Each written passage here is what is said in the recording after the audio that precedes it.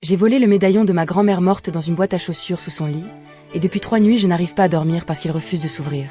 Je suis allée fouiller les archives en ligne jusqu'à 3 heures du matin, mais personne n'a jamais eu de sœur dans cette famille, sauf cette femme sur la photo qui porte la même cicatrice qu'elle. Ma mère m'a supplié de laisser les choses tranquilles. Et le pire c'est que je sais déjà que je vais déterrer une vérité qu'elle a passé 40 ans à enterrer.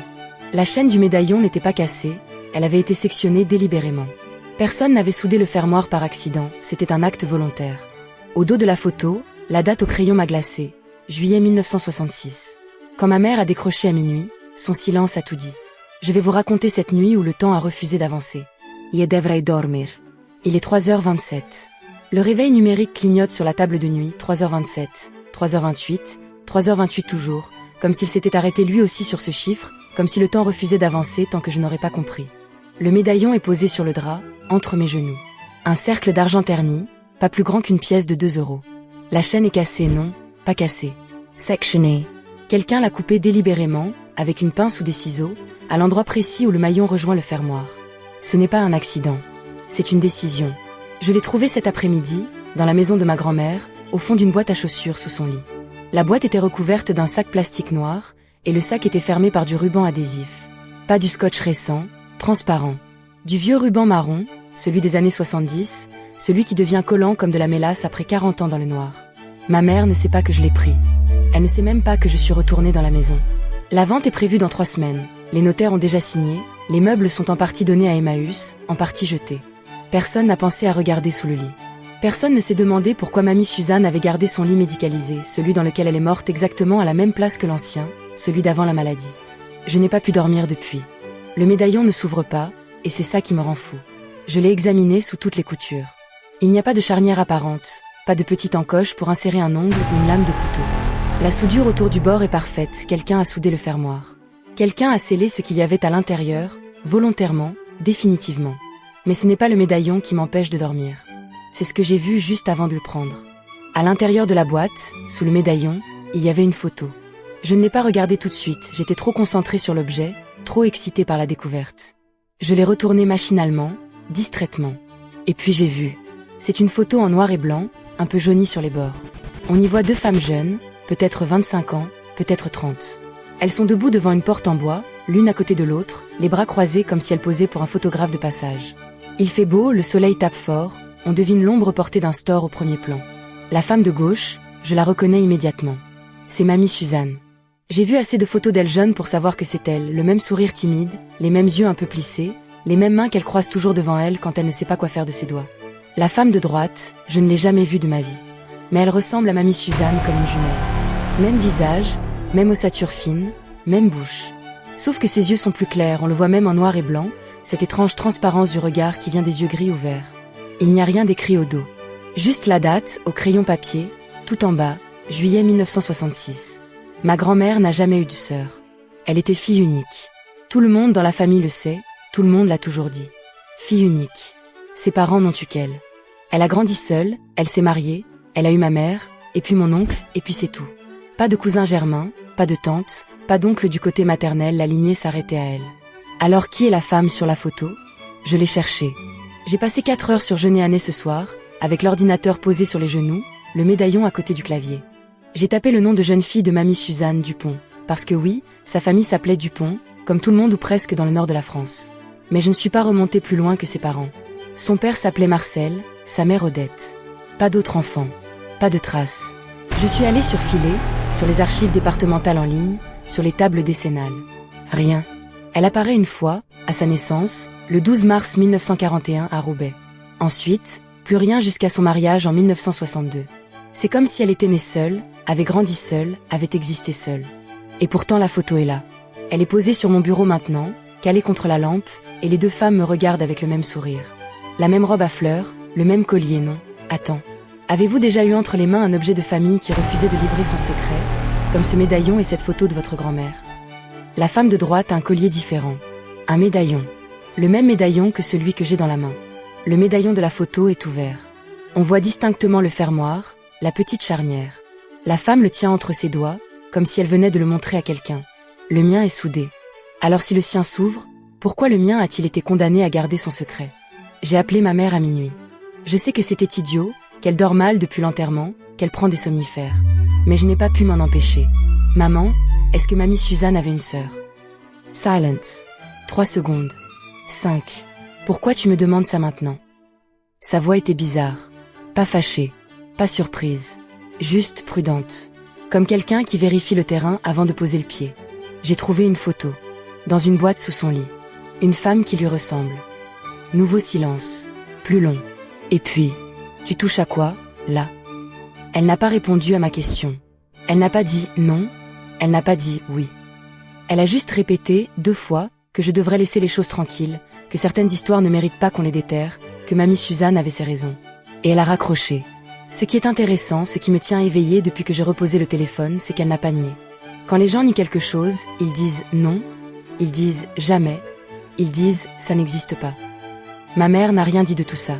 Elle a juste demandé pourquoi je posais la question, et puis elle m'a dit de laisser tranquille. C'est une réponse. C'est peut-être la seule réponse que j'aurai jamais. Mais ce n'est pas une réponse qui me permettra de dormir.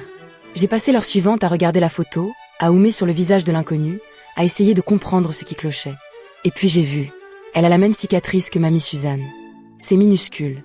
Une petite marque blanche, juste au-dessus de la lèvre supérieure, côté gauche. Mamie Suzanne avait ça depuis toujours. Elle disait qu'elle s'était coupée en tombant d'un arbre quand elle était petite, qu'elle avait gardé cette cicatrice comme un souvenir idiot de son enfance. Je l'ai vue toute ma vie, cette cicatrice. Je ne l'ai jamais vraiment remarquée, parce qu'elle faisait partie de son visage, comme le pli entre ses sourcils ou le grain de beauté derrière son oreille. La femme de droite a exactement la même cicatrice. Même endroit, même taille, même forme. Comment est-ce que c'est possible?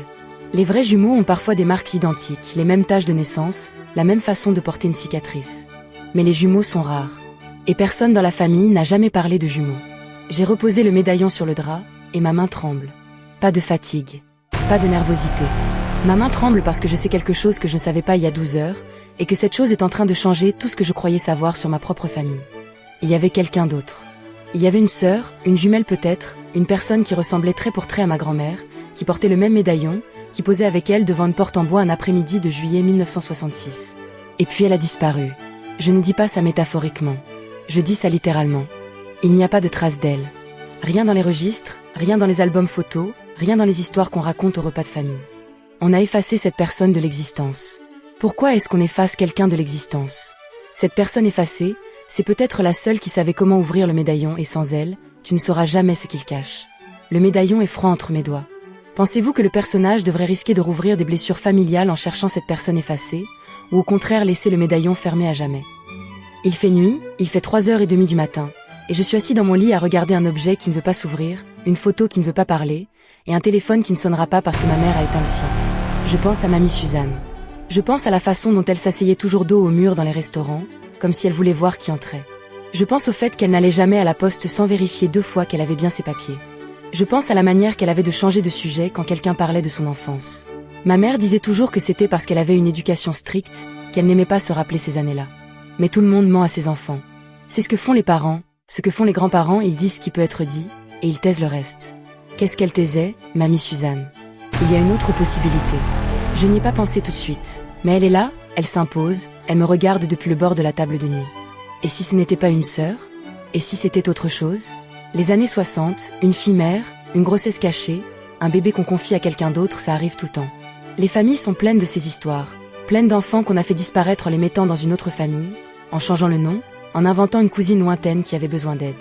Peut-être que la femme sur la photo n'est pas la sœur de mamie Suzanne. Peut-être que c'est sa fille. Ou la mienne, d'une certaine façon. Une tante que je n'ai jamais connue, une branche entière de l'arbre qu'on a scié avant que je naisse. Je ne peux pas laisser ça tranquille. Ma mère me l'a demandé.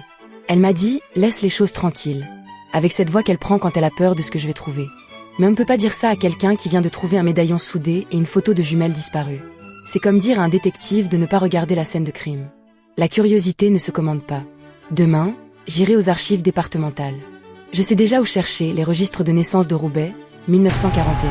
Si mamie Suzanne avait une sœur jumelle, elles sont nées le même jour. Il y a forcément une trace, même si on a modifié les registres plus tard. Les papiers ne mentent pas toujours.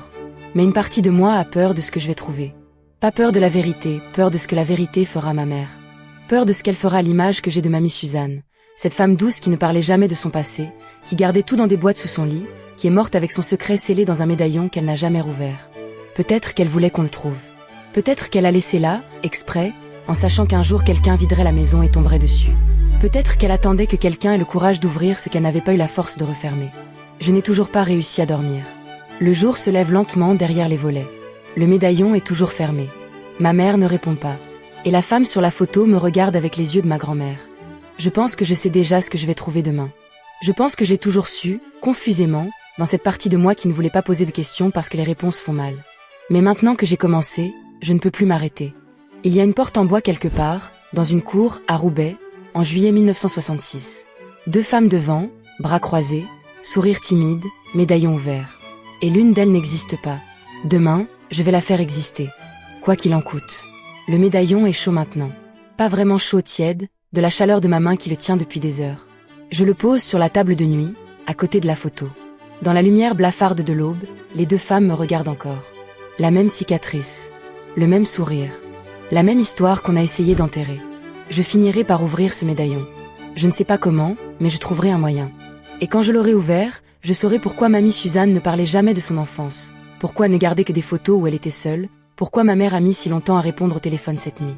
Et peut-être que je comprendrai pourquoi certaines personnes passent leur vie à regarder derrière elles, comme si elles attendaient que quelqu'un les rattrape. Je n'ai pas fermé l'œil de la nuit. Le médaillon est resté là, sur la table de nuit, à me regarder sans parler. Il est 6 heures du matin. Je vais prendre une douche, boire un café, et appeler les archives départementales de Roubaix dès qu'elles ouvriront. La vérité, je ne pourrai plus l'ignorer. Ce médaillon soudé et cette sœur effacée de l'histoire, iriez-vous fouiller malgré l'interdiction de votre mère? Si cette quête d'un secret familial vous a serré le cœur, le bouton like est fait pour cette émotion-là. Si vous êtes du genre à ne pas lâcher un objet qui refuse de s'ouvrir, abonnez-vous, vous êtes chez vous.